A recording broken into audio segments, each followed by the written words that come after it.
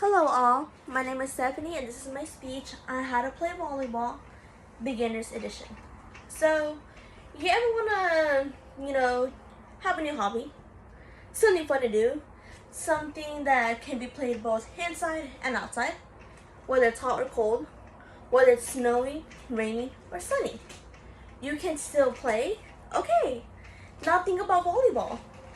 It's fun and it keeps you very good in shape. So let's see if I can convince you. Well, not convince you, but teach you how to play volleyball and inform you all the things about volleyball, how to play, and how to prepare yourself to play.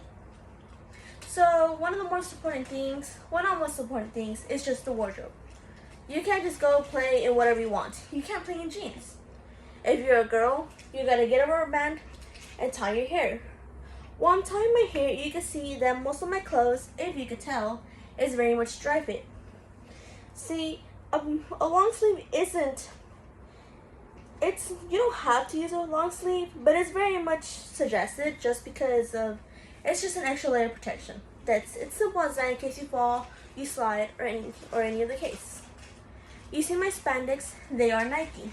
They don't have to be Nike, but spandex are very much suggested because that's what the women wear when they play volleyball. Now let's get on to the bottom.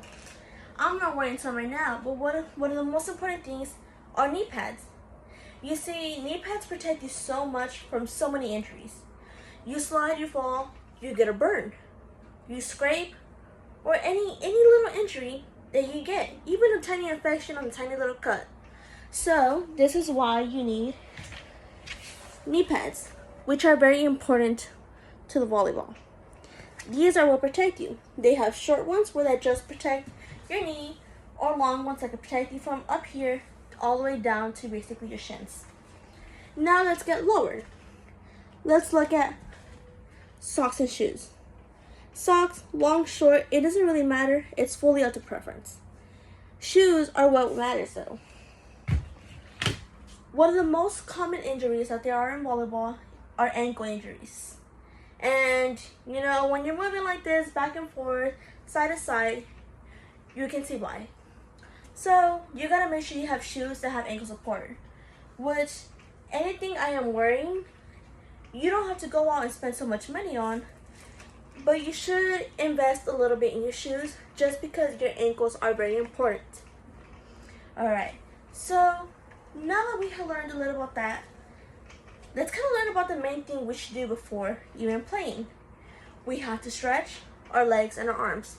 So just simple stretches for 30 minutes can help you. And it's mostly what all chiropractors and all physicians say, just because it's better. Any arm exercise, any leg stretches are very important. Just simple pulling your legs can warm up your body before you play, which can prevent injuries. Let's look at form. Hand, thumbs together, this is good form. Arms like this, good form. You make a fist, you cover it, thumbs together, good form. Now, we gotta do something with this lower body.